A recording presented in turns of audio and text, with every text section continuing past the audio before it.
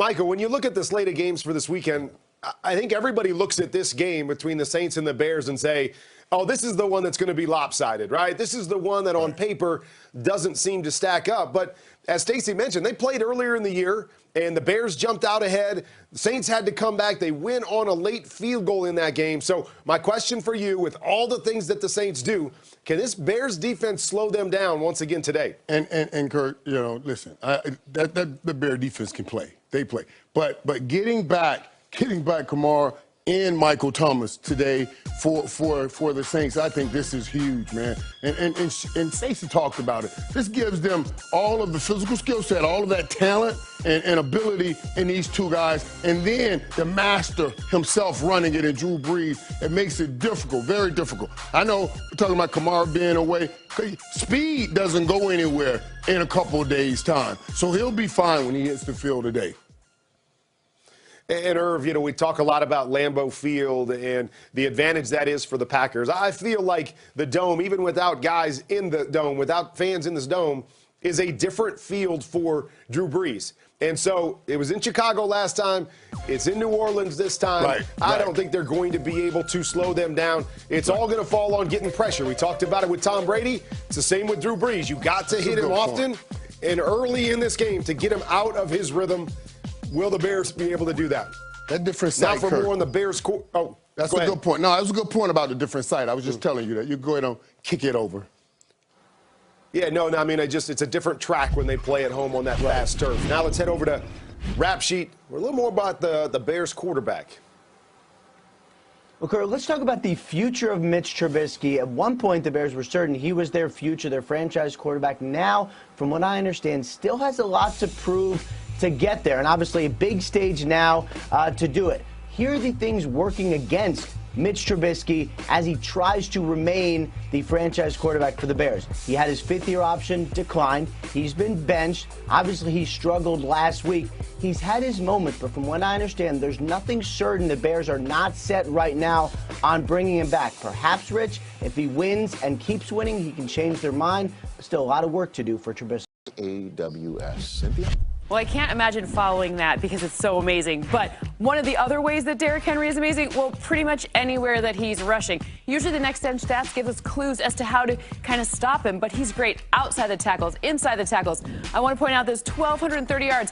Only Dalvin Cook has more total rushing yards. So, Coach, how would you plan on stopping if you were the Ravens? This is ridiculous because outside the tackles, usually that's reserved for the fast guys, right? Speed guys. And he's a downhill runner? No. This big dude at 250 is also fast. But you remember he had 195 yards against the Ravens and knocked them out of the playoffs last year. So what did they do? They went out and got a couple more players, right? Calais Campbell, Pro Bowler, and Yannick Ngakoue, a couple of stout guys in there, so they're much better on defense. And they did that so they can stop that guy, and we'll see if that works today.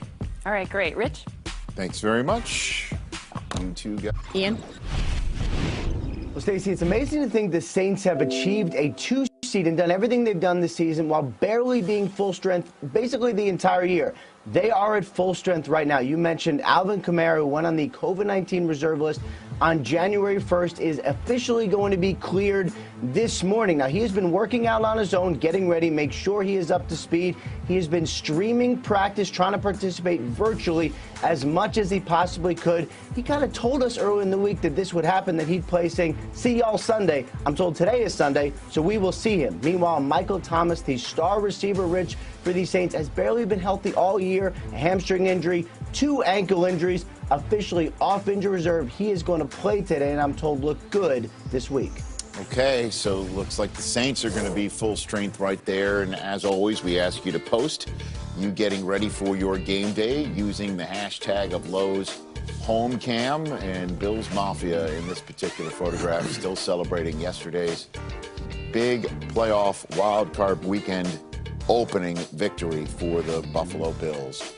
This season, the Lowe's home team has been bringing 32 players from every team across the league together to support community building projects that highlight the cultural fabric of their respective communities. The Ravens' Lamar Jackson is partnering with Lowe's and the United Way of Central Maryland, for instance, to create a playground and indoor mural for a local family center. Lamar is personally participating in the mural design for the center by contributing his own original artwork that you saw there. And that's going to be incorporated in the final mural.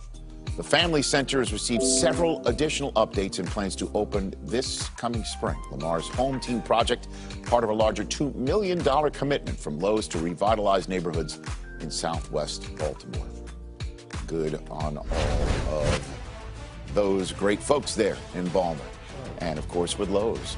So, how's Baker going to fare without Kevin Stefanski in his ear dialing it up? That's how we kick off our second segment of our second day of Wild Card Weekend on NFL Game Day morning. Here, NFL Game. Kurt, this is the topic that's been dominating the game from the Browns' perspective all week long. The fact that Kevin Stefanski, who's COVID positive, and we hope is convalescing well, will not be there tonight, and it's going to be Alex Van Pelt calling the plays and in Baker Mayfield's ear. What do you think the significance of this is? Rich, the significance is huge because so much a part of play caller quarterback is being able to see the game the same way, developing some type of rapport where you understand when a play caller calls a particular play, what they're thinking on that play, designing plays that are designed the way we both see the game. And that doesn't mean Alex Van Pelt cannot do that for Baker Mayfield, but you build up that rapport, and Baker, down the stretch was playing some of his best football of his entire career. So I worry about this because we all have tendencies, no matter who we are, to go, oh, if I'm a play caller, I'm going to lean towards the pass first. This is a team that is a run-first team, needs to live off of play action specifically today. So something to see if that bears out is you got to find that balance. Can they find it this quickly? Then, of course, the question for the Steelers is how to evaluate them after starting 11-0 and then losing 3 straight, a losing streak that almost stretched to 4, if not for a huge second half against Indianapolis. And they eventually won that one, leading into a Week 17 game where they rested Big Ben and T.J. Watt and Pouncey. So the question is what type of Steelers team will we see tonight? And Steve Mariucci, maybe they'll be more rested. Yeah, they're going to be more rested. Irvin, and how will that rest impact Big Ben and these Steelers? Coach, I thought watching Big Ben late in the season that Big Ben needed a rest more than anybody. When you think about all that this team has gone through, I mean, really had a bye like October 4th. That's almost 3 months ago. Week 3. Right. Week 3, Coach. That's so far away. And then to go through all you went through mentally. Just you're playing, no, you're not playing, all of that, and he's coming off this injury. And I see this, when I see this on the sideline, I was like, okay, this is the best thing for him. 5 of the 6 last games he had thrown interceptions. He needed that rest, and I think he'll come out sharp. Sometimes we forget he had a couple of ligaments in his throwing arm repaired before the season. He wasn't the only one that rested. T.J. Watt, Cam Hayward, Pouncey, so their captains didn't even make the trip. They rested, and I think you're right. They needed that bye, that rest to be fresh for this game. Let's go on over to the Kansas City Chiefs are the 1 seed. Green Bay, number 1 seed. There with the whole team, and we riding on it. More action and no talk, I went quiet on him. We'll see y'all in a couple weeks. Sir. All right, welcome to the Lowe's home studio, fellas. Kurt Warner, I will start with you because let's talk about the 2 teams that are not playing this weekend. The number 1 seeds, Chiefs and Packers. Who is most vulnerable? Of course you're going to ask this question, right? 2 best teams in the league. Who's most vulnerable in this situation? And I have been